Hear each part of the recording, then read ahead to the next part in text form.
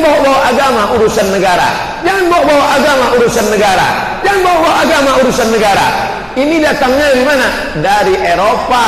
Masa lalu mereka yang hitam, lalu mereka trauma dengan agama karena tokoh-tokoh agama yang merusak citra agama. Itu terjadi 500 tahun yang lalu. Kalau mau lengkapnya, baca buku The Dark History of the Pope. Bapak Ibu yang dimuliakan Allah Subhanahu wa taala. Lalu orang barat itu pertama, agama kata dia hanya mengurus masalah nikah. Teng teng teng teng teng teng teng teng. Pasang cincin. Cium-ciuman depan pendeta. Selesai. Ada pula anak-anak kecil mengiring. Siapa nih anak? Kumpul kebo. Sudah punya anak 2-3 baru dinikahkan. Agama hanya mengurus nikah, apalagi Natal, apalagi mati. Nikah, habis itu acara jingle bell 25 Desember, ambil pohon Natal, dikasih kapas-kapas bagi yang tak ada salju. Nah, datang Sinterklas membawa hadiah. Lalu kemudian setelah itu mati, jasadnya diurus. Tidak ada agama mengurus negara. Yang bawa agama pada negara. Inilah cikal bakal orang-orang pemikiran barat, sekolah di barat, membaca buku barat, dibawanya pemikiran dari Eropa ini ke negeri-negeri Islam. Kalau sudah ada orang cerita di rapat DPRD, rapat dengan wali kota, rapat dengan Pak Camat, gimana nanti, apa bisa kita bawa perdakan zakat ini? Yang bawa agama, yang bawa agama. Bapak Ibu sudah tahu dari mana asal muasal ceritanya. Inilah dia sekuler, yang disingkat dengan PC, pemikiran sekuler. Yang mengatakan itu bukan Abdul Somad, yang mengatakan itu namanya Kiai Haji Lutfi Basori. Kiai Haji Lutfi Basori sudah mengirimkan. Kata dia, lepaskanlah kita dari pemikiran sekuler.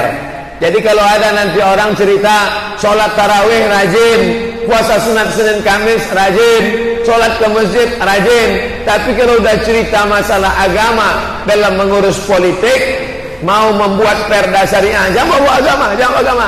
Ini orang otaknya berkudis, karena sudah dipengaruhi oleh sepilis, sekuler, liberal. Pemikiran-pemikiran itu masuk ke dalam kepalanya. Maka ini penyakit pertama, namanya sekuler, memisahkan agama dari negara. Jangan bawa agama, karena sakit hati masa lalu terhadap kejahatan pendeta. Yang lebih keras lagi, tapi masih beragama. Ini kelompok yang pertama ini masih beragama, masih Natal, masih percaya kepada Tuhan, masih nikah di gereja, masih mati jasadnya dikremasi. Yang kedua, liberal, dari patung Liberty, bebas, tak ada ikatan-ikatan. Maka kata dia, agama hanya hubungan personal dengan Tuhan saja. Percaya kamu sama Tuhan? Saya percaya sama Tuhan, tapi kepada Yesus saya tak percaya. Ini lebih keras lagi. Ini kelompok kedua. Kalau yang ini percaya agama, tapi agama hanya untuk nikah, Natal, mati. Masih percaya agama, masih percaya the Holy Gospel, Matius, Markus, Lukas, Yohanes, percaya. Tapi yang kedua ini adalah tidak percaya sama sekali sama Alkitab, anti-Kristus, anti-Kristen, tak percaya pada agama, tapi Tuhan dia percaya. Maka muncullah ungkapan-ungkapan Tuhan terlalu besar untuk ditampung oleh satu agama. Percaya kau kepada Tuhan? Tuhan, tidak mungkin alam semesta ini, bumi dan langit. Tengok langit, tak mungkin bumi dan langit ini tanpa ada pengaturnya. Lalu siapa nama yang mengatur itu? Apakah namanya Yesus? Tidak. Apakah namanya Siddhartha Gautama? Bukan. Apakah namanya Wisnu Brahma Siwa? Tidak. Apakah namanya Tuhan? Tidak. Apakah namanya Dewa? Tidak. Apakah namanya Allah? Tidak. Dia percaya Tuhan, tapi tidak mau mengikat diri dengan agama. Ini namanya liberal, dilepaskannya dari ikatan-ikatan agama. Puncaknya, ini yang ketiga. 1, 2, 3. Untung tak ada yang keempat. Kalau ada yang keempat, mana botol lagi? Tak ada. Yang keempat, ini puncaknya. Tidak percaya sama Tuhan sama sekali. Itulah dia yang disebut dengan ateis. T, Tuhan. Teologi, ilmu mengkaji tentang Tuhan. Ateis. A, tidak. T, Tuhan. Is, keyakinan. Keyakinan yang meyakini tidak ada Tuhan.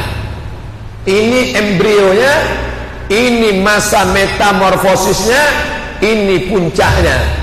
Ini ulatnya, ulat bermetamorfosis menjadi kupu-kupu yang terbang, akhirnya lepas tanpa agama. Pergi dia ke Jepang, ditengoknya jalan-jalan di Jepang itu tertib, rapi, tak ada sampah, tak ada macet, tak ada orang caci maki. Lalu tengok, ternyata orang ini tak bertuhan bisa baik. Kenapa kita mesti bertuhan? Ustaz jangan kasih contoh Jepang lah. Oke, kita pindah ke negara lain, Jerman. Mereka tanpa Tuhan tapi bisa bersih, bisa tertib. Saya baru pulang dari Taiwan. Orang Taiwan banyak ateis, tak percaya dia pada Tuhan. Saya pergi ceramah ke Bagan Siapi-api, tinggal di hotel Cina, pekongnya sebesar ini, besar. Sampai di Taiwan, tinggal saya di hotel, bingung saya mencari, tak ada pekong sama sekali. Ternyata mereka tak percaya sama Tuhan. Dia tak percaya sama Buddha, dia tak percaya sama Konghucu. Ateis, tak ada Tuhan itu. Bullshit Tuhan itu, omong kosong Tuhan itu. Tuhan itu gitu. Dia tak percaya sama Tuhan. Tapi lalu lintasnya tertib, jalan-jalannya bersih. Saya bingung, tokonya di mana? Di atas jalan raya, turun tak ada penyeberangan, di atas tak ada, nyeberang turun dari bawah. Dan di bawah ini mall, bersih, tertib, orangnya sopan, tapi tidak percaya sama Tuhan. Oleh sebab itu orang yang berpikir mulai terpengaruh. Kata dia, kalaulah orang bisa tertib tanpa Tuhan, orang bisa bersih tanpa Tuhan, lalu mengapa yang mesti bertuhan? Bapak Ibu yang dimuliakan Allah Subhanahu wa taala, ini semua datang dari muaranya dari sana. Maka kalau kita tengok ada air sungai ini warnanya butek, warnanya hitam. Kenapa air di sini hitam? Maka kita perlu menelusuri ke muara. Dari muara sungai, dari pangkal jalan, dari mana? Dari hulunya ke hilir. Karena air datang dari hulu. Oh, ternyata di sini permasalahannya. Kenapa orang tak bertuhan? Kenapa orang percaya pada Tuhan tapi tak percaya agama? Kenapa orang percaya agama tapi agama dipotongnya hanya untuk nikah, akikah, walimah, nikah, mati. Akikah, walimah, takziah, 3 kali itu sajalah dia bertuhan. Di rumah sakit dia tak bertuhan, di rumah tangga dia tak bertuhan, dimanapun dia tak bertuhan. Hanya sekedar seremonial belaka, halal bihalal, menyambut tahun baru hijrah, takziah mati guys. Habis itu dia tak bertuhan. Maka kita faham, inilah makna hadis Nabi SAW. La tattabi'unna sunanal ladzina min qablikum, kalian akan mengikut tradisi-tradisi orang-orang sebelum kamu. Shibran bi shibrin, sejengkal demi sejengkal. Pertamanya ikut sejengkal, dira'in bi dira'in, sahasta demi sahasta, hatta law dakhalu juhra dabbin, sampai-sampai kalau seandainya mereka masuk ke dalam lubang biawak, ada lubang biawak kecil, masuk mereka ke dalam lubang biawak, la dakhaltumu, kalian pun akan ikut juga ke dalamnya. Maka mengikut. Ini perlu diceritakan asal muasal cerita biar supaya kita paham dari mana dasar pengambilan mazhab ini. Kalau kita selama ini ngaji fikih mazhab Hanafi, mazhab Maliki, mazhab Syafi'i, mazhab Hambali, kenapa Muhammadiyah itu Pak Ustaz sentuhan laki-laki perempuan tak batal? Kenapa orang Al-Wasliyah itu Pak Ustaz salat pakai usolli? Bukan Al-Wasliyahnya, tapi telusuri ke atasnya, yaitu mereka pakai mazhab Kalau selama ini kita kaji fikih mazhab Maliki, mazhab Hanafi, mazhab Syafi'i, mazhab Hambali, maka ini pun juga ada mazhab, namanya mazhab ateis, namanya mazhab liberal, namanya mazhab sekuler. Ketiga-tiga ini merusak kepala anak-anak kita. Yang dulu 70% pelajaran agama, pelajaran umum 30, dibalik pelajaran agama 30, pelajaran umum 70. Disunat lagi pelajaran agama tinggal 10%. Potong lagi pelajaran agama tak masuk sama sekali. Tidak ada pelajaran agama di UAN, ujian akhir nasional. Fisika, kimia, biologi, matematika. Untuk agama urus sendiri. Agama tetap diakui, tapi urusan keluarga di rumah masing-masing. Hanya personal. Kira-kira kelompok mana ini? Sekuler, liberal, atau ateis? Tidak ateis, karena masih bicara agama. Tapi dia pula tidak liberal, karena kalau liberal tak ada agama, cukup Tuhan saja. Tapi sekarang ini adalah sekuler. Agama tetap dipakai, tambah urusan personal dengan Tuhan saja.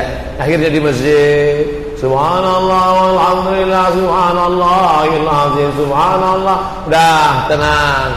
Habis itu buat dosa balik. Zina, korupsi, zina, ganggu bini orang, ganggu anak gadis orang, pergi ke Alexis, pergi segala, dah. Habis itu kumpulkan duit haram, pergi ke Makkah menangis di pintu Ka'bah, labbaik Allah. Habis itu balik, dah pakai jilbab 2 hari, habis itu buka balik, habis itu diwawancarai, Mbak, kenapa sekarang ini tuntutan skenario? Mana masuknya? Sekuler, liberal, ateis? Paham sudah cerita mazhab ini? Inilah yang merusak kepala anak-anak kita. Dapat yang dimuliakan Allah Subhanahu wa taala. Tokoh-tokohnya itu dari mana? Ada namanya, tulisannya SIGMUND Sigmund Freud, setelah lah mau Sigmund apa namanya? Apa kata si Sigmund? Sebenarnya Tuhan tidak pernah menciptakan manusia. Tak pernah Tuhan menciptakan manusia. Tapi manusia itulah yang menciptakan Tuhan dalam imajinasinya. Ketika manusia sedang stres, depresi, maka dia berhalusinasi, berkhayal, diciptakannya Tuhan dalam kepalanya. Itu kata Sigmund. Sigmund menulis ini, membuat jadi sebuah ilmu. Itulah dia psikologi, ilmu psikologi. Kau kuliah di mana? Psikologi. Jangan katakan psikologi. Tapi adik-adik yang kuliah psikologi, ibu-ibu yang jadi dosen psikologi, jangan katakan ilmu ini haram. Terus pelajari, terus, tapi cari titik-titik kelemahannya. Oh, ini maka munculkan psikologi Islam. Kau kuliah di mana? Psikologi Islam. Begitu juga dengan ekonomi. Kami ini kuliah di ekonomi perbankan konvensional, Pak Ustaz. Kalau gitu dosa saja lah kerja. Terus, hebat kan? Mantap kan? Saya ketemu dengan bapak-bapak. Saya Pak Ustaz S1 saya ekonomi konvensional, S2 saya ekonomi konvensional. Sekarang saya masuk S3 ekonomi syariah. Mantap. Itu namanya husnul khotimah. S1 konvensional, S2 konvensional, S3 ekonomi syariah. Saya Pak Ustaz sekarang hukum SH, hukum Belanda. Dosa saya. Lanjutkan. S2 hukum Belanda, S3 hukum Belanda, pergi kau ke Leiden University, ambil PhD, Doctor of Philosophy. Dapat doktor, tapi kau mengungkap kelemahan-kelemahannya. Araftu syarra la lisyarri, walakin lijtinabi. Aku tahu kesesatan, aku ngerti kebatilan, bukan aku mau sesat, tapi karena aku ingin mengungkap kesesatan dan kebatilannya. Datang satu lagi, tadi Sigmund mengatakan Tuhan itu tidak pernah menciptakan manusia, tapi manusia itulah yang menciptakan Tuhan. Datang satu lagi, namanya Karl Marx. K-A-R-L, Karl, M-A-R-X, Marx. Maka pikiran-pikiran si Karl Marx disebut dengan Marxisme. sampai ke tempat kita disebut dengan komunis. Pernah membuat Partai Komunis Indonesia, dihabisi pada era Presiden Soeharto. Muncul mereka bangkit membantai jenderal-jenderal kita, tidak hanya jenderal muslim tapi juga DI Panjaitan pun habis. Darah itu merah jenderal. Berapa lama kita menonton? Sudah lama pula kita tak menonton. Dulu kalau sudah 30 September kita menonton ramai-ramai, tapi kemarin dibangkitkan lagi, nonton bersama Panglima dan lain sebagainya. Untuk apa? Menunjukkan lagi. Dan muncul sekarang buku-buku yang luar biasa, ditulis bestseller, penulisnya tak tanggung-tanggung. Aku bangga jadi anak PKI. PKI masuk parlemen. Kalau ada orang bertanya, mana ada PKI? Mana? Ini bukunya ada, penulisnya ada. Kenapa tak ditangkap? Kenapa ini tidak ditangkap? Ini yang anti Pancasila itu. Yang anti Pancasila itu ini. Anti Pancasila sila keberapa? Sila pertama, ketuhanan yang Maha Esa. Komunis tak percaya sama Tuhan sama sekali. Karena kata Karl Marx, agama itu adalah opium, agama itu adalah candu, agama itu merusak. Bapak Ibu yang dimuliakan Allah Subhanahu wa taala, saya tanya sama kawan yang bolak-balik ke Cina, apa betul orang Cina itu tak beragama? Mereka beragama, Pak Ustaz. Apa agamanya? Hindu ada, Buddha ada, Konghucu ada, Kristen ada, tapi pemerintahnya tidak percaya agama. Rakyatnya beragama, presidennya, menterinya, partainya tak percaya agama. Kenapa melarang agama? Karena kata mereka, kalau orang ini beragama, nanti dia akan kelahi. Agama mengajarkan ekstrim, agama mengajarkan kekerasan, agama menganggap selain dia adalah kafir, mesti dihabisi, mesti dibunuh. Tidak begitu dengan Islam. Islam tidak pernah mengajarkan kalau tetanggamu Kristen, kau bakar rumahnya, kau pancung lakinya, kau larikan bininya. Tak pernah Islam mengajarkan itu. Mereka suuzon terhadap Islam. Apa pernah Nabi Muhammad membawa pedang? Siapa yang tak masuk Islam, pancung kepalanya? Tidak ada. Nabi tahun ke-8 Hijrah masuk ke kota Makkah. Peristiwa Fathu Makkah, 10.000 pasukan dibawa oleh Muhammad sallallahu alaihi wasallam. Panglima perangnya bernama Sa'ad bin Ubadah. Dicabutnya pedang. Hadza yaumul marhamah. Ini hari balas dendam. Hancurkan orang Makkah. Nabi memanggil Ta'al, sini kau Sa'ad. Sini Sa'ad.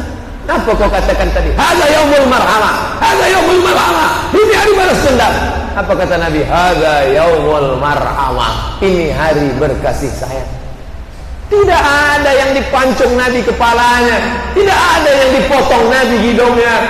Bahkan setelah Ka'bah dibersihkan, azan Bilal di atas Ka'bah. Allahu Akbar, Allahu Akbar. Selesai itu Nabi berpidato. Apa kata Nabi? Ya ahla Makkah, hai penduduk Makkah, ma tarawna anni fa'ilun bikum. Pidato Nabi ditulis dengan tinta emas. Ma tarawna anni fa'ilun bikum. Menurut kalian, apa yang akan kalian kulakukan terhadap kalian?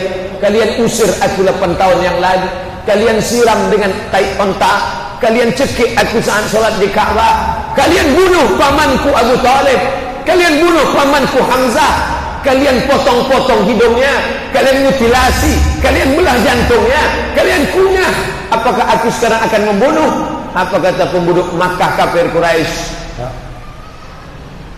Antum saudara kami, hai Muhammad, akhil karim wa ibnu akhil karim.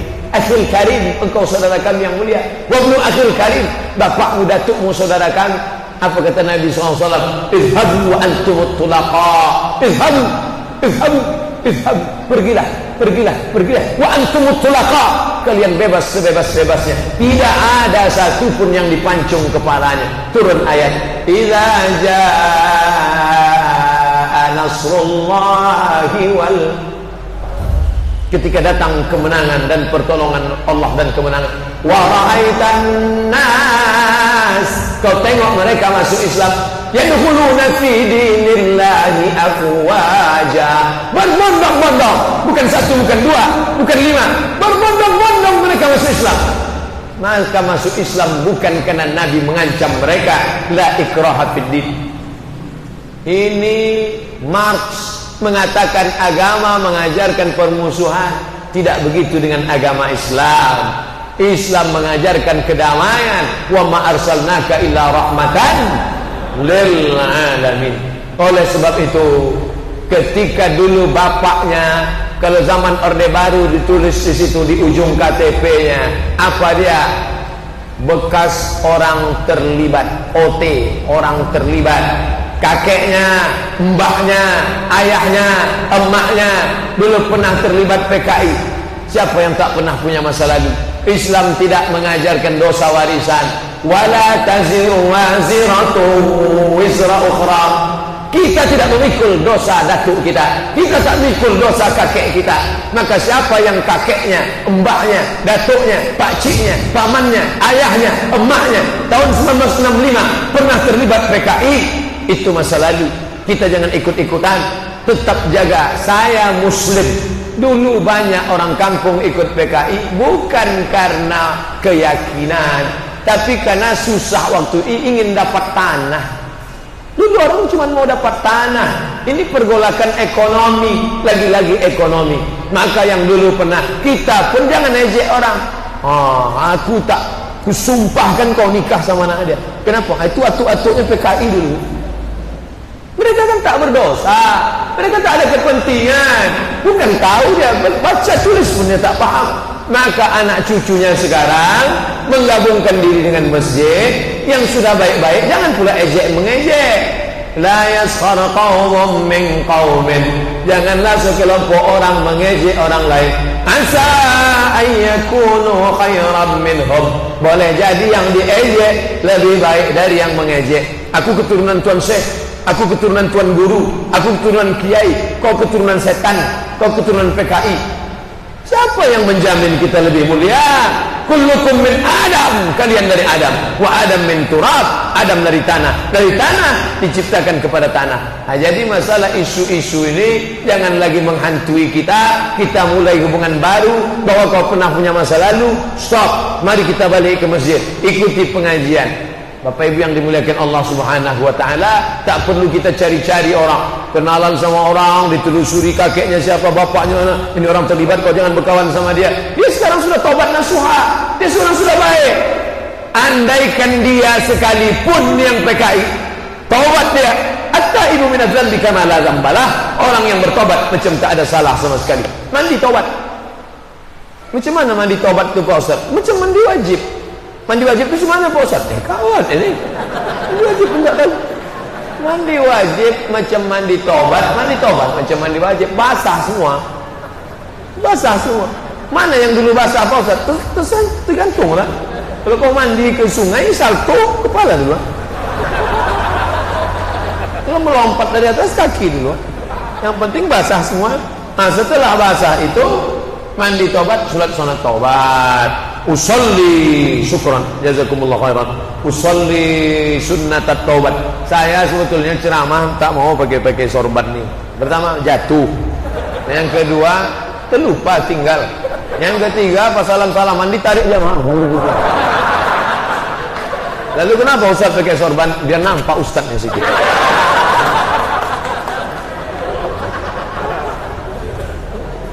Kalau di Mesir dosen-dosen kami berpeci pun tidak pakai sorban, tidak pakai peci, pakai kaos saja. Profesor Dr. Syekh Judah Mahdi, Syekh Tarekat Naqsyabandiyah. Ya saya selama. Profesor Dr. Syekh Judah Mahdi, Syekh Tarekat Naqsyabandiyah. Alim, orang Azhar, biasa aja. Tapi kalau sempat saya ceramah begini di masjid, orang itu siapa? Ustaz atau tidak? Tadi pakailah peci yang paling tebal. Datang pula jamaah, ini macam Hamid Karazai ini kata dia. Baru tahu dia. Bapak Ibu yang dimuliakan Allah Subhanahu wa taala, maka kita galin persatuan. Mau dia mantan PKI, mau dia mantan sekuler, dia mantan liberal, kalau sudah dia bersyahadat, sudah dia bertobat, wala tajassasu, jangan cari-cari kesalahan orang lain, jangan lagi sebar-sebar fitnah. Al-Quran dan hadis pedoman persatuan umat. Kau pernah menjadi orang sekuler, ya itu masa lalumu. Kau pernah menjadi orang liberal, ya itu masa lalumu. Kau pernah menjadi orang ateis, komunis, PKI, itu masa lalumu. Sekarang mari kita duduk bersama. Mau kita bawa kemana hubungan ini? Buatlah tablik akbar, buatlah. Nah, kalau masih ada orang-orang yang sudah baik tapi dia masih bercokol, berkelompok dengan orang-orang yang anti, khusus yang terkait dengan Perpu, kita mesti garis ini. Masjid-masjid, pengajian-pengajian mesti buatkan daftarnya. Apa dia? Daftar partai-partai yang menyetujui pemimpin kafir, partai-partai yang pernah menyetujui Perpu. Ini tidak layak untuk dipilih. Suara kita jangan diberikan. Ini masa-masa genting 2018, 2019. Kalau kau beragama takut berkorban, maka duduklah di masjid aja berzikir. Pesan siapa? Orang Medan. Siapa dia? Tengku Zulkarnain. Sekarang sedang viral. Bapak udah dapat? Udah dapat tulisannya? Kalau belum, beli paket 2 giga. Saya udah dapat berapa kali. Kalau engkau cuman takut berjuang, takut resiko, takut kena bully, takut dihina, maka duduk aja di masjid, ambil tasbih. Subhanallah, subhanallah, subhanallah, subhanallah, subhanallah, subhanallah. Pak Haji ya, itu sudah ada orang berjudi di ruko. Di ruko itu sudah ada berzina. Tak apa-apa. Lakum dinukum waliyadin. Biarkan aja, jangan diganggu. Subhanallah, subhanallah, subhanallah. La ilaha illallah, la ilaha. Pak, ya, rumah bapak sudah mau diambilnya. Apa? Rumah sudah diambilnya? Ya. Kalau gitu mari kita serang. Allahu Akbar. Apa? Habis sudah. Dia kecil. Selagi masih kecil itulah bawakan air, siram, semprot. Kalau sudah banyak, maka habis kita. Masjid kita pun akan dihancurkannya. Hancur. Kalau orang Islam yang banyak, orang Islam yang ramai, maka insya Allah yang lain akan selamat. Sumatera Utara akan tetap stabil, akan tetap tenang. Kenapa? Karena Islam banyak, rahmatan lil alamin. Tapi Poso, Ambon, apa yang terjadi dengan saudara-saudara kita yang minoritas? Papua, apa yang terjadi? Surah azan, tak usah jauh-jauh. Singapura itu negeri Islam. Melayu, kerajaan Tumasik, Istana Sultan masih ada, makam Habib Nuh masih ada. Tapi negeri tak lagi menghormati. Lambangnya pun masih lambang Islam, merah, putih, bulan, bintang. Masih lambang Islam. Tapi yang dimuliakan Allah Subhanahu wa taala, Manila pernah jadi kerajaan Islam 100% Manila. Tapi sekarang apa yang terjadi? Iya, banyak masjid mewah, megah, belum tentu jadi jaminan. Tuh, Spanyol, Andalusia, Islam pernah berkuasa di sana. Tafsir Al-Qurtubi. Apa arti Qurtubi? Cordova di mana? Spanyol. Al-Isbili. Apa arti Isbili? Sevilla mana? Spanyol. Baladul Walid. Valladolid di mana? Spanyol pernah menjadi kekuasaan Islam. Tapi hari ini apa terjadi? Masjid Al-Hamra besar, megah, mewah, kaligrafi masih ada, tapi sholat sunat di dalam Masjid Al-Hamra pun tak boleh. Orang mau sholat sunat tahiyat al-masjid, datang security, forbidden, tak boleh, haram. Dia pula mengatakan haram sholat sunat di masjid kita, karena dia sudah mengambilnya. Siapa yang merubahnya? Ratu Isabella merubah masjid itu menjadi katedral besar. Ini ceramah Ustaz Somad ini provokatif ini. Ustaz ceramah ini didengar oleh orang banyak. Berapa sudah penonton streaming gitu? 3.000. Tidur semua orang pagi ini. Apa yang dimuliakan Allah Subhanahu wa taala? Apa maknanya? Ini umat Islam harus kuat. Tapi kekuatan kita ini hanya akan seperti buih di tengah lautan. Ramai mereka tabligh akbar, ramai. Banyak mereka pengajian masjid, banyak. Lakinnahum kaghusa'us sayl. Mereka itu seperti buih di tengah lautan. Karang tak nampak, tapi dia di dalam tanah. Buih di atas, tapi dia dipukul ombak, dihempas gelombang. Mau jadi karang atau mau jadi buih? Dalam diam mereka bergerak, dalam senyap mereka berprogram. Ini harus kita munculkan jadi ini harus kita buat, tanah ini harus kita ambil. Kita buat apa? Umat Islam buat apa? Kalau takut diejek, takut dicaci maki. Sedangkan Nabi Muhammad mereka katakan sahir, tukang sihir, asatirul awalin, tukang dongeng. Apa kata mereka? Ini yang dikatakan Muhammad majnun, Muhammad itu gila. Sedangkan manusia yang mulia Muhammad sallallahu alaihi wasallam aja mereka bully. Takutkah Muhammad sallallahu alaihi wasallam? Tidak. Ala inna awliya Allah, ketahuilah orang-orang yang menolong agama Allah, la khaufun alaihim wa la hum yahzanun. La khaufun, tak ada ketakutan dalam diri mereka, wa la hum yahzanun, mereka pun tak akan sedih. Ustaz Somad takut tak kalau nanti diculik, dibunuh? Apa takut? Ini jamaah banyak, jamaah ramai. Kita ini pas Ustaz pulang sendirian, takut juga sih. Jamaah akan mendoakan.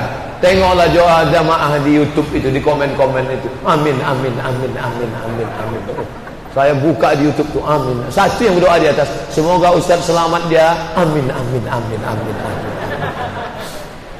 Jangan cuma tulis amin, mulut mengucapkan amin, amin. Bapak Ibu yang dimuliakan Allah Subhanahu wa taala, maka Islam ini bukan cuma cari selamat, tapi Islam ingin menyelamatkan. Tapi menyelamatkan tak bisa sendirian. Ceramah. Saya sakit hati saya mendengar ceramah Nik Aziz. Sudah meninggal dia, Nik Aziz rahimahullah, Allah yarham.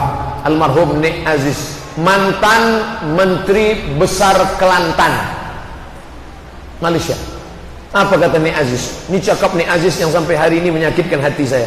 Kata dia, ceramah itu hanya bual-bual kedai kopi sahaja. Ceramah itu hanya bual-bual kedai kopi sahaja. Berapa tahun penceramah-penceramah keras di Jakarta? Zina haram, zina haram, zina haram. Orang tetap berzina di hotel. Tapi begitu naik Anies Baswedan, pernah Bapak dengar Anies ceramah keras? Zina haram, pernah? Enggak. Dia langsung aja. Tutup Alexis. Begitulah hebatnya kekuasaan. Hanya saja dalam masalah mazhab kekuasaan ini pun umat Islam tidak sepakat dalam satu pendapat. Yang satu mengatakan kita tidak perlu formalisasi hukum Islam. Tak perlu Islam itu punya perangkat. Yang penting cukup orang Islamnya saja sholat, puasa, jaga keluarga. Insya Allah panti-panti akan tutup, hotel-hotel zina akan tutup. Yang penting orang Islamnya baik, puasa Senin Kamis, rajin sholat, rajin tahajud, maka akan hilang sendiri. Ini mazhab yang pertama.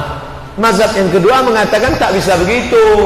Islam harus ada formalisasi hukumnya, harus ada hotel Islam, harus ada partai Islam, harus ada perda Islam.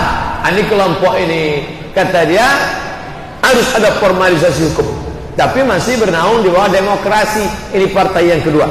Partai yang ketiga tak ada tawar menawar, harus berdiri seorang pemimpin muslim, khalifah harus tegak berdiri. Allahu Akbar. Masuk kelompok yang mana ini? Bapak Ibu yang dimuliakan Allah Subhanahu wa taala. Saya kasih sampel contoh simple sederhana saja. Saya naik ke atas mimbar. Mana mimbar? Saya heran, ini tangga ada, ke mana naik? Naik ke atas mimbar. Bayarlah zakat, bayarlah zakat, bayarlah zakat. Siapa yang tak bayar zakat? Walladzina yaknizuna adh-dhahaba wal fiddah. Orang-orang yang menahan hartanya, tidak pernah menzakatkan emas dan peraknya. Maka sampaikan kepada mereka, fabasyirum bi'adzabin alim. Mereka akan diazab dengan azab yang menyakitkan. Kata jamaah, jangankan mau mengeluarkan zakat, isi khutbah itu pun dia tak ingat. Balik dia ke rumah, bertanya bininya, bang, ya, apa isi khutbah Ustaz Somad tadi? Kata Ustaz, takutlah kepada Allah. Apakah bohong dia?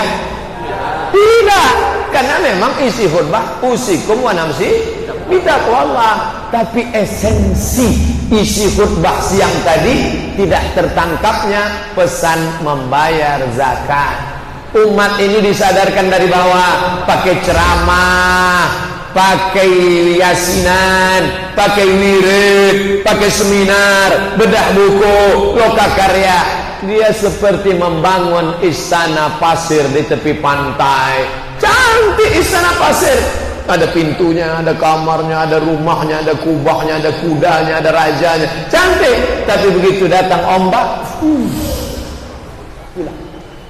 Istana dibangun, istana pasir dibangun oleh almarhum Kiai Haji Zainuddin MZ. Cantik istana pasir tepi pantai.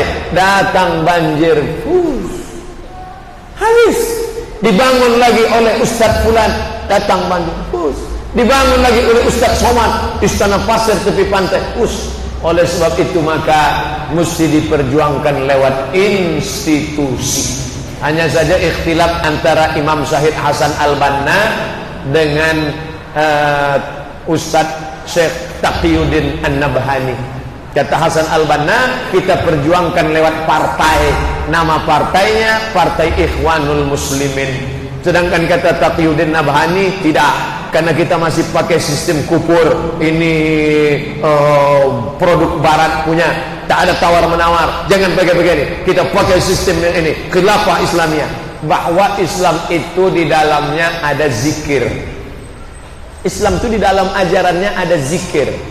Islam, ihsan, iman, ihsan. Islam, sholat, zakat, puasa, haji, halal, haram, makruh, mubah, sunat, sunat muakkad, wajib. Nih orang fikih, maka muncullah fikih ibadah, fikih siasat. Satu hukum khusus yang mengkaji tentang masalah bagaimana cara mengangkat pemimpin, bagaimana menjatuhkan pemimpin. Ini yang ditulis oleh Al-Imam Al-Mawardi, meninggal tahun 450 Hijrah. Saya sangka mau dibatalkan acara nih. Mau cara batalkan gitu. Mana orang yang mau membatalkan? Bapak Ibu yang dimuliakan Allah Subhanahu wa taala, maka Islam ada membahas tentang bagaimana mengangkat khalifah, bagaimana menjatuhkan khalifah, bagaimana kalau ada dua khalifah dibaiat dua, maka satu. Maka tidak bisa menghapuskan satu bagian ajaran Islam, sama dengan mengkebiri, sama dengan fikih jihad. Buang kurikulum jihad dari Al-Azhar, dia tidak bisa, karena dia bagian dari ajaran Islam. Bapak Ibu yang dimuliakan Allah Subhanahu wa taala, ketika ada kabupaten bisa membayar zakat masyarakatnya 10 miliar.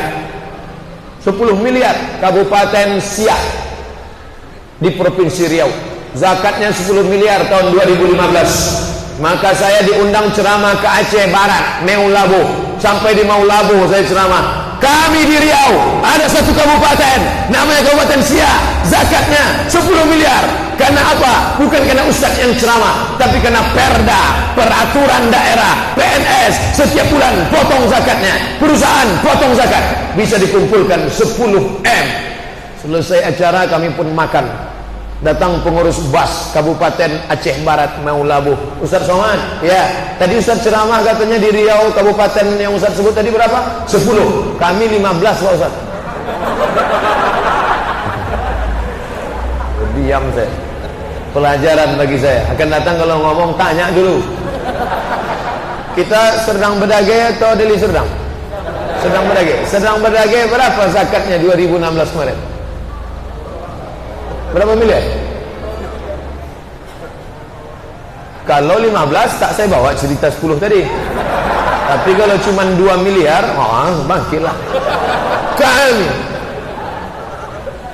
bupatinya tidak pandai ceramah, bupatinya bukan ustadz, bupatinya tidak khotib, tapi dengan kekuasaan itu hanya satu bupati yang masa jabatannya 5 tahun. Bagaimana kalau khalifah yang memimpin? Oh, bisa. Begitu di Paris, Prancis, ada dansa laki-laki semua perempuan, berdansa. Maka datanglah sultan dari Turki. Apa kata sultan Turki? Kirimnya pasukan, kalian jangan berbuat maksiat di Prancis. Waktu itu Eropa masih di bawah kekuasaan Turki. Maka pucat orang-orang Prancis dengan kekuasaan Islam. Datanglah Theodor Herzl mau mengambil Palestina, mau dibayarnya dengan beberapa keping uang emas. Ini ambil sultan, ambillah emas ini, bagi tanah Palestina untuk kami. Apa kata Sultan Turki? Itu dulu direbut dengan tetesan darah. Aku tidak akan menjual darah syuhada dengan kepingan-kepingan uang emas. Artinya apa? Kalau kita punya institusi yang besar, maka orang akan segan, takut menganiaya kita. Di atasnya India, di bawah India Bangladesh, di bawah Bangladesh Arakan ini kampung kecil antara Bangladesh dengan Myanmar. Bangladesh, Myanmar. Antara Myanmar dengan Bangladesh ada satu kampung kecil bernama Arakan. Disitulah saudara-saudara kita, orang-orang Rohingya, dihajar oleh perempuan yang pernah dapat Nobel perdamaian dari PBB.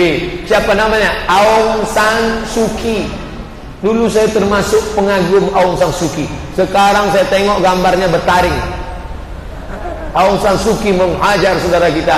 Dulu katanya teroris itu berjenggot, teroris itu berjubah, teroris itu berbulu. Rupanya teroris tak berbulu dan tak berbaju. Siapa dia? Asun Wiratu. Cocoknya bukan Asun Wiratu, Asu Wiratu. Asu itu apa? Anjing. Inilah yang menghajar saudara-saudara kita Islam. Kasusnya sama juga dengan Thailand. Di atas Thailand, di bawah Malaysia. Malaysia. Antara Thailand dengan Malaysia ada saudara kita kecil sedang tertekan. Siapa dia? Patani di Thailand Selatan. Padahal itu dulu kerajaan Islam. Ulama-ulama kita belajar pada ulama-ulama. Syekh Daud Fatani, Syekh Ahmad Al-Fatani, Syekh Wan Mustafa Al-Fatani. Ulama-ulama besar datang dari Fatani, ulama Nusantara. Tapi ternyata sekarang ditekan yang luar biasa. Apa maknanya? Tidak punya kekuasaan. Celaka 12. Bangladesh pun tak mau membantu Rohingya. Bangladesh susah, dan Bangladesh pula sebagiannya politikus komunis. Akhirnya datang Turki mengancam Bangladesh. Bangladesh buka perbatasan. Kalau kalian tidak membuka perbatasan, awas, kata Erdogan. Akhirnya Bangladesh membuka perbatasan. Masuklah orang-orang dari Rohingya Arakan masuk ke perbatasan. Cerita ini dibawa oleh Ustadz Jel, sahabat dekat saya dari Padang. Ustadz Jel yang mengundang tablik akbar kemarin di Bukit Tinggi dan di Padang pagi. Malam Bukit Tinggi, pagi di Padang. Ambolah sampai Bana ke Arakan tuh Pak Ustadz. Aku sudah masuk ke dalam Arakan. Kulihat sendiri umat Islam. Aku bukan nonton TV. Nampak berjumpa. Kita di sana dihajar habis-habisan. Kenapa? Karena tidak ada kekuatan. Bangladesh tidak mau buka perbatasan. Celaka Bangladesh, tak mau buka perbatasan. Akhirnya kenapa bisa dibukanya Pak Ustaz? Datang Turki mengancam. Bangladesh buka. Kalau tak kalian buka, awas, dibukalah. Indonesia bagaimana?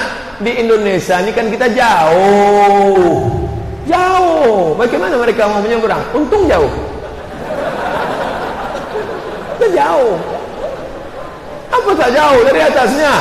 Bangladesh. Di bawah Bangladesh Arakan, habis itu Myanmar, habis itu Thailand, habis itu Thailand baru Malaysia. Itu kalau jalan darat. Kalau jalan jauhnya, jalan laut, menyeberang laut, baru jumpa Aceh. Aceh pula membuka kemah penampungan Pemda Aceh. Aceh sekarang menjadi provinsi berhasil menerapkan syariat Islam, hukum cambuk di Aceh, hukum polisi syariah, WH namanya, wilayah Hizbah di Aceh. Dan Aceh memberikan, dulu kena tsunami dia hancur babak belur, tapi setelah dia sehat walafiat, dia pula membantu saudara-saudara, dibuatkan satu kamp penampungan saudara-saudara dari Rohingya. Itu sampel kecil contoh. Kalau kita tidak punya kekuasaan, kita tak bisa menolong agama ini.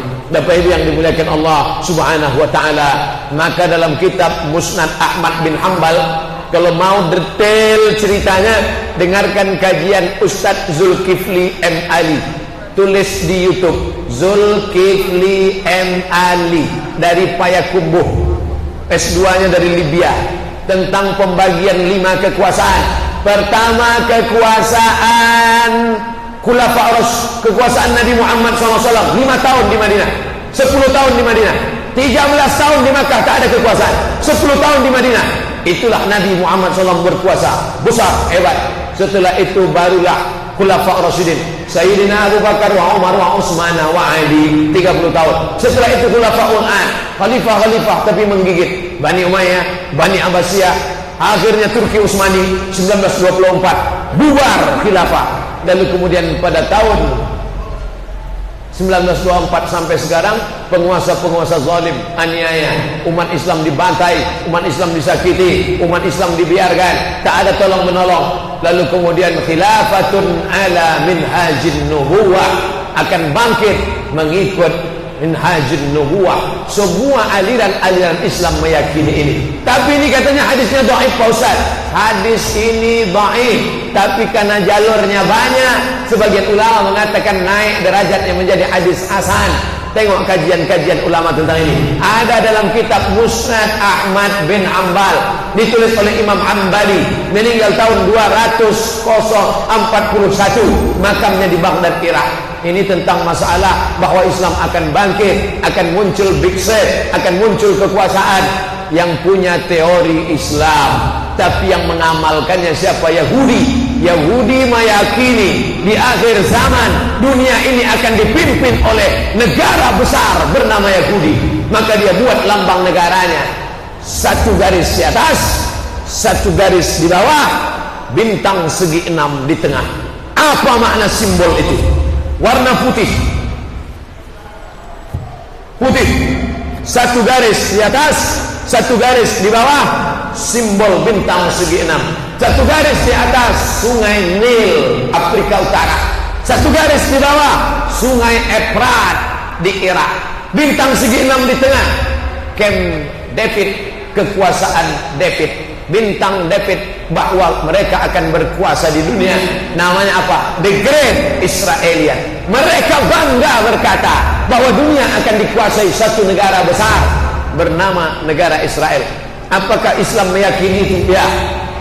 Sampai-sampai nanti batu akan berkata, ya Abdullah, wahai hamba Allah, ada Yahudi warai khalfi. Ini di belakangku ada Yahudi, bunuhlah dia. Bapak Ibu yang dimuliakan Allah Subhanahu wa taala, umat Islam akan bangkit kalau umat Islam punya kekuasaan. Hanya saja ada kekuasaan yang berkala, ada kekuasaan yang mutlak, ada mazhabnya masing-masing. Tapi mengatakan bahwa Islam tidak mementingkan kekuasaan, maka kita sudah mengebiri, memotong ajaran Islam. Maka kita sudah menghilangkan satu bagian dari Islam. Ada ekonomi Islam, ada politik Islam, ada pemerintahan Islam, ada cara menikah Islam, ada cara mati Islam. Semuanya Islam. Alhamdulillah sekarang sedang bangkit-bangkit. Semuanya syariah, hotel syariah. Saya diundang ke Kabupaten Agam untuk meresmikan hotel syariah. Ada pula sekarang polisi syariah. Bahkan ada pula geng motor syariah. Tapi pacaran syariah tak ada. Jangan membuat-buat. Ini datang anak-anak muda pakai jilbab, perempuannya pakai kain sarung, laki-lakinya pulang sholat subuh, asmara subuh. Apa ini? Pacaran syariah. Ini tak ada. La talbisul haqqa bil batil. Jangan kau campurkan yang hak dengan yang batil. Bapak Ibu yang dimuliakan Allah Subhanahu wa taala, tadi saya mulai ceramah jam 8.15. Sekarang jam 9.15. Sesuai perjanjian saya ceramah 60 menit. 60 menit untuk ceramah, 60 menit untuk tanya jawab. Tak ada. Ini untuk foto-foto sebentar aja. Terima kasih segala perhatian. Mohon maaf segala kesilapan. Ada kertas-kertas yang sudah disortir, kita akan bahas insyaallah. Terima kasih. Wassalamualaikum warahmatullahi wabarakatuh.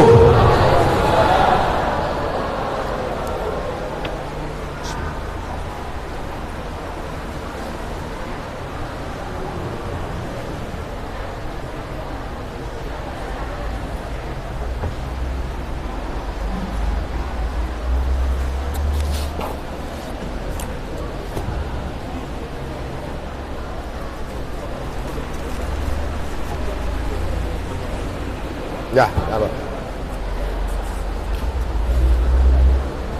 Bagaimana seorang anak menasihati orang tua ibu kandung kasar, keras, sehingga ibunya merasa sakit hati dan berwasiat tak rela jika ibu meninggal, tak mau disolatkan, diurus jenazahnya. Wa in jahadaka ala an tusyrika bi ma laysa laka bihi ilmun. Kalau orang tuamu itu mengajak engkau untuk mempersekutukan aku, ada nasibnya kurang baik, orang tuanya sekuler, orang baik orang tuanya liberal, kurang baik orang tuanya ateis. Bagaimana cara menasihati orang tua? Fala tuti'huma. Jangan kau ikut sekulernya, jangan kau ikut liberalnya, jangan kau ikut ateisnya. Tapi untuk kasar memutuskan silaturahim tak boleh. Ayatnya selanjutnya, wa sahibhuma fid dunya ma'rufa. Tetaplah engkau berhubungan baik. Ajak orang lain yang cakapnya dia dengar, makcik, pakcik, datuk, nenek, uak, panggil, ceritakan ke dia. Mulut kita ini jangan langsung ke dia, cakapnya dari kita tapi lewat mulut orang lain. Begitu menyelamatkan orang tua kita. Masalah kedua, bagaimana kalau dia berwasiat, kalau aku mati nanti, andai ku mati, jangan solatkan jenazahku, kata dia. Apakah anak wajib mentaati wasiat ini? Yang dinamakan wasiat itu adalah harta. Bapak Ibu mesti tahu ini, babul wasiat. Wasiat itu artinya harta. Kalau aku mati nanti, maka itu ruko kuwasiatkan untuk Masjid Istiqmal, maka wajib diambil ruko itu selama tidak lebih dari sepertiga total harta. As-sulusu katsir. Wasiat tak boleh lagi lebih sepertiga. Jadi bukan wasiat. Kalau ada wasiat yang haram, tidak wajib dipatuhi. Nanti kalau aku mati, tolong kain kapannya dari kain jeans. Di atas makamku tanamkan pohon ganja, siramkanlah kamput 3 botol. Itu tidak mesti ditunaikan. Nanti mati maknya ditanamkannya ganja 3 batang, siramnya kamput. Kenapa kau buat? Ini wasiat dari makku. Wasiat kan wajib Pak Ustaz. Nanti kalau aku mati, tolong kuburkan aku di tepi Sungai Deli. Carikan pohon rimbun dan pokok kayu. Ini mau mati apa mau piknik? Nanti kalau aku mati, tolong makamkan aku di Papua. Ongkos ke Papua berapa? Berapa jam naik pesawat? Transit aja 3 kali. Dari Medan, Kuala Namu ke Jakarta, dari Jakarta ke Makassar, dari Makassar ke Sorong, lalu ke Timika. Berapa ongkosnya? Jadi tidak semua wasiat itu wajib dilaksanakan. Yang diwajib dilaksanakan wasiat itu adalah wasiat harta. Itu makna wasiat. Ada sebagian umat bahwasanya kalau ada kuburan di masjid maka kurang sah sholatnya. Apa ada dalilnya Pak Ustaz? Ini kubur, ini masjidnya ada kuburnya? Mana? Patutlah tak banyak orang sholat. Kau kenapa tak sholat di masjid? Oh, tak boleh sholat di masjid yang ada kuburnya. La'anallahu al-yahud wan nasara. Allah melaknat Yahudi dan Nasrani. Allah melaknat Yahudi dan Nasrani. Kenapa? Ittakhadhu qubur anbiya'ihim masajid. Mereka menjadikan kubur orang soleh sebagai gereja. Ini makam Santo Thomas. Lalu kemudian diratakan dengan tanah, dibangun gereja Santo Thomas di atas makamnya. Maka Nabi SAW melarang, jangan kalian jadikan kuburan orang soleh sebagai masjid. Ini makam Abdul Somad. Setelah 2-3-5 tahun diratakan dengan tanah, dibangun masjid di atasnya, Masjid As-Somadiyah. Haram sholat di dalam itu. Nah sekarang di Masjid Istiqlal ini ada tak makam sini? Tak ada. Jadi yang tak boleh itu adalah merubah kubur menjadi masjid. Coba tengok kalimatnya, ittakhadhu, ittakhadha yattakhidhu ittikhadh, menjadikan kubur sebagai masjid, bukan sholat di masjid yang ada kubur. Maka mesti dipahami 3 masalah. Pertama, sholat menghadap kubur. Kedua, sholat di masjid yang ada kubur. Ketiga, menjadikan kubur sebagai masjid. Saya ulang sekali lagi, sholat menghadap kubur, sholat di masjid yang ada kubur, menjadikan kubur sebagai masjid. Yang dimaksud dalam hadis laknat itu yang nomor berapa? Nomor 3, bukan nomor 2. Sholat menghadap kubur, di kubur. Sholat yang menghadap kubur, Allahu Akbar, makruh. Makruh hukumnya. Kenapa? Karena najis. Seandainya ada najis di atas. Andai tidak, yang tak boleh itu meminta ke kubur. Oh, Datuk Tuan Saifulan tolong kabulkan. Ada orang di Medan, di Sumatera Utara ini menyembah kubur. Mana ada? Tak ada itu. Oleh sebab itu sholat di masjid yang ada kubur, di kubur di kampung, kubur di depan.